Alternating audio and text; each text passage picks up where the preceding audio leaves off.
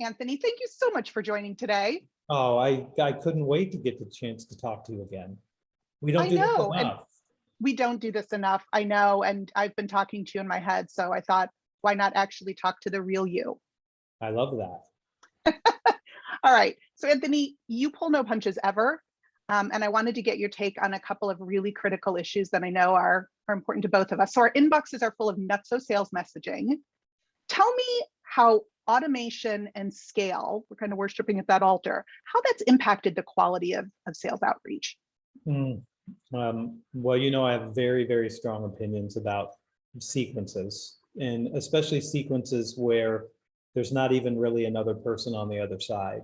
So what happened is, for some reason, well, I know why, revenue generation. So people created something that would allow people to send email sequences and recognize when somebody clicks on something so that they can actually call it a lead, if you want to do that. And what happened was this thing that was good for marketing, where you have a certain type of communication that's going to a lot of people, has been applied to something that's really individual. And a salesperson can pursue you. I'll give you one quick story. I'll give you two quick stories. So one, Love it.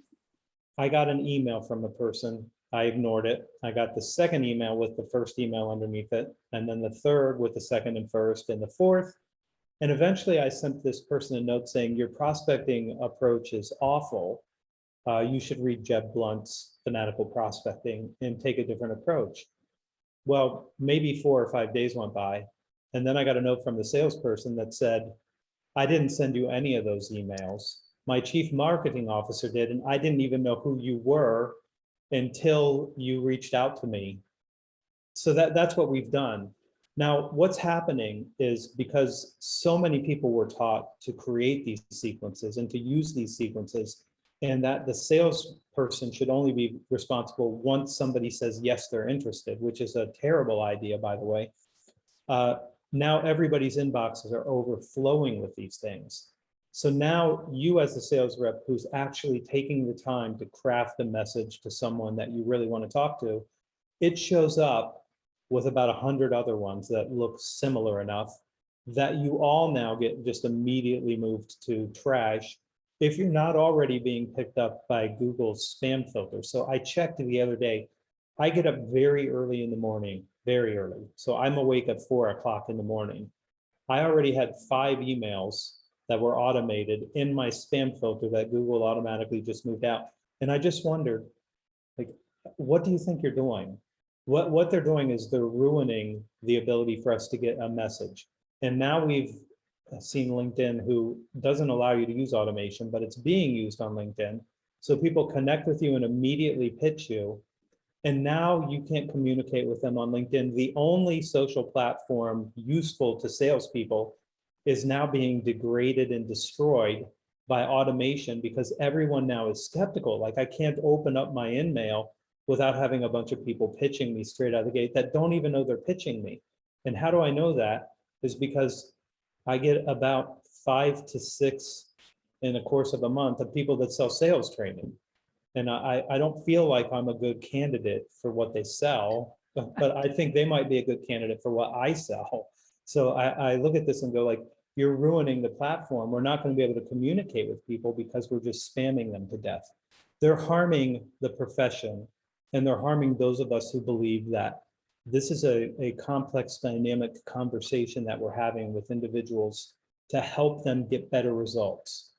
And what they're doing is saying, like, none of that human part of this matters at all. It's a transaction, and this person is a client or a prospect. This one's a prospect. This one's a prospect. So it's a means to an end, and like, you're a means. You're not the end. And I don't believe that that's what sales is about.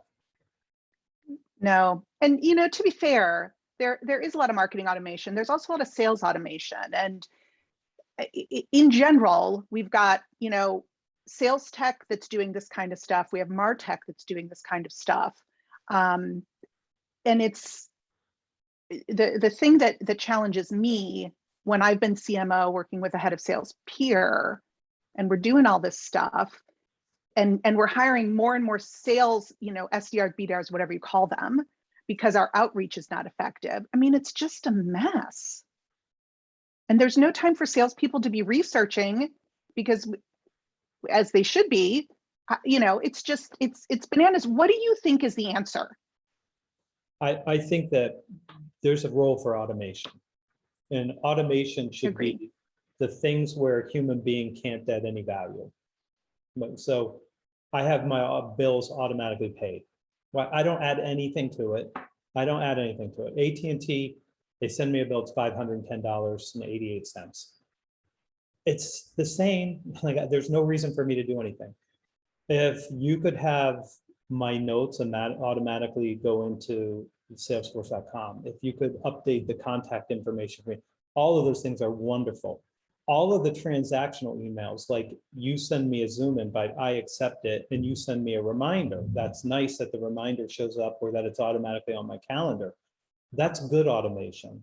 But you don't want to try to automate the conversation where we begin a relationship with someone. So I've challenged somebody who's been sending me these emails that thinks, because I wrote a blog post called How to Build Relationships at Scale, that I would agree with automation on LinkedIn. And so I've continued to say, I don't believe that. And here's why. And Wednesday next week, I will have been married for 26 years. Now, I could go to the florist that I like and say, I'm going to put my credit card on file for you. And on Mother's Day and my wife's birthday and on the anniversary, send some bouquet of flowers. And then I could go home and tell my wife, like, I'm a clever boy. I just automated all of your gifts for the next year. Why are you nodding like that, Maureen? Because you think it's a great idea? or because LOL. it shows zero caring. Like it shows Zero caring. So the automation says, I don't care about you. You're just money to me. You're a wallet. I want to reach in, grab the money out of the wallet. You're not a human being. I don't care about you at all. You're a name. You're a profile on LinkedIn. It's just not a good way to approach something as important as this craft and this profession that we call selling. So you're automating something that can't be automated. There's no way to automate relationships. Now, you could have something that would remind you about a relationship, and I confess, I don't reach out to you enough. And you and I decided last time we talked recently that we're not going to let that happen anymore. And we're doing that. We're making sure that we get to talk to each other because we like each other and we like to have these conversations. But you can't automate that. Like you can get a reminder, that's perfect. But the way that you create value for people is by helping them get a result. And to do that, you actually have to communicate with human beings. And the beginning of that communication should be just as much about the relationship as it is when you're engaged with them. And I think we're making a huge mistake. I know we've made a huge mistake, and we're going to make it much more difficult for people to buy in the future because of this behavior. Absolutely. And one of our colleagues on Twitter just tweeted a Seth Rogen blog from like 2006. It was Andrea Waltz, who was talking about this issue in 2006 and the importance of the relationship. And it's not that we need fewer salespeople, we need more. So the relationship piece is super important. I'll include in the show notes some links to some of the things you've just said. I've captured them. And I need to catch up on this. You're so prolific that I don't see all of your stuff. But loads more to talk about there, and you and I could probably go on for a couple of hours, and we'll come back to it. I'll have you back. But the other thing I wanted to get from you in our short time today is, and I've previewed this for you, is I've recently read a piece. I won't name and shame here. I might put the link in the show notes, but the piece was from an academic and some folks at a major global social platform that had released some new research. And it was very denigrating to marketers, but I would say it would be denigrating to anybody who sold. And basically their premise was this: you cannot create demand. You can't move buyers who aren't in market. Best you can do is be memorable to them when they have a need so that they remember you. And I always talk to people about the folks who aren't searching. Marketers in particular really focus on who's searching. And I think there's far more gold with the folks who aren't searching. But anyway, you can't move buyers who aren't in market.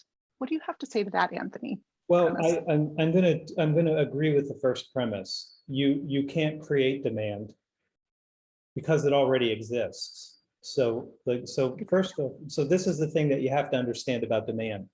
If you go to a senior leader and you say, would you like to have faster growth? Very much so. Would you like to be more profitable? Very much so. Would you like to be able to acquire, retain, and grow your clients? Absolutely, I would love to do that. Would you like to have better talent? Like, all of these things are perpetually true. So you can go and show up at any time. If you go to your doctor and every year you get a physical, there's a reason that you're doing that.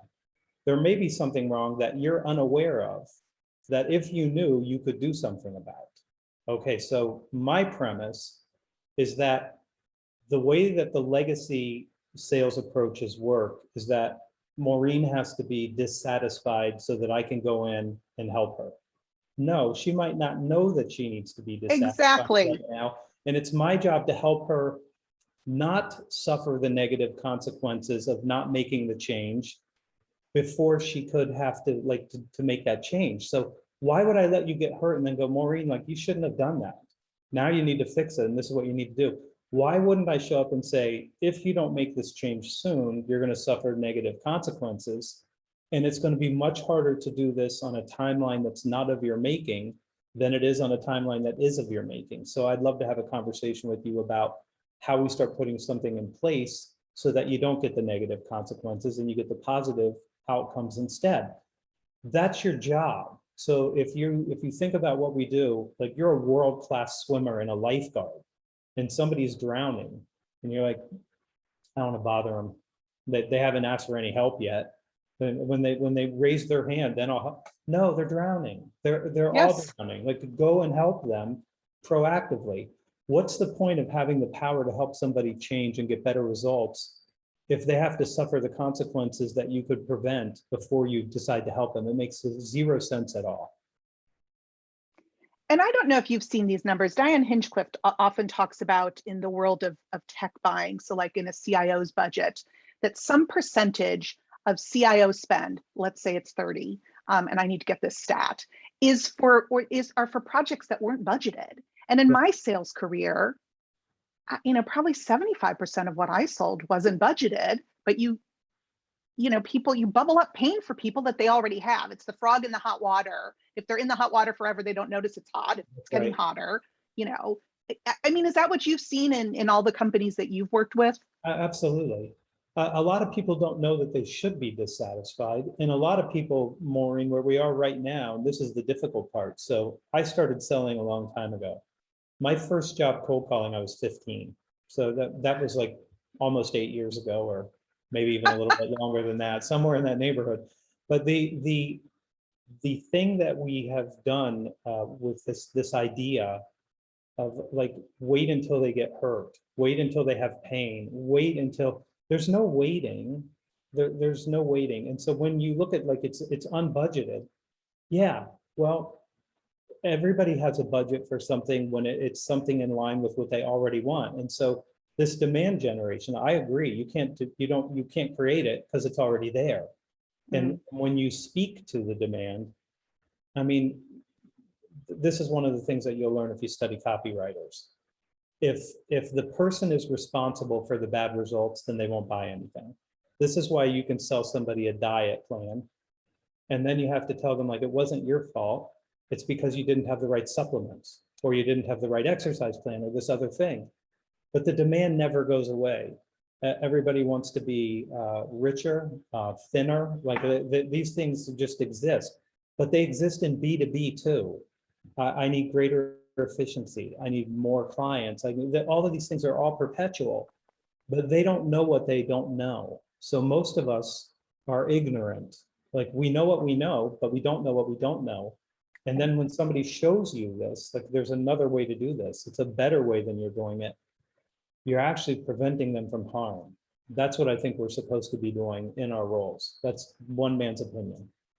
Well, it's such a great frame, and Dave Brock and I were talking about this recently as well. But Anthony, please, let's do this again. There are a bunch of other topics we could be slaying, but thanks so much for stopping by today and just spending a little time with me to talk about two of these really critical issues. I appreciate it.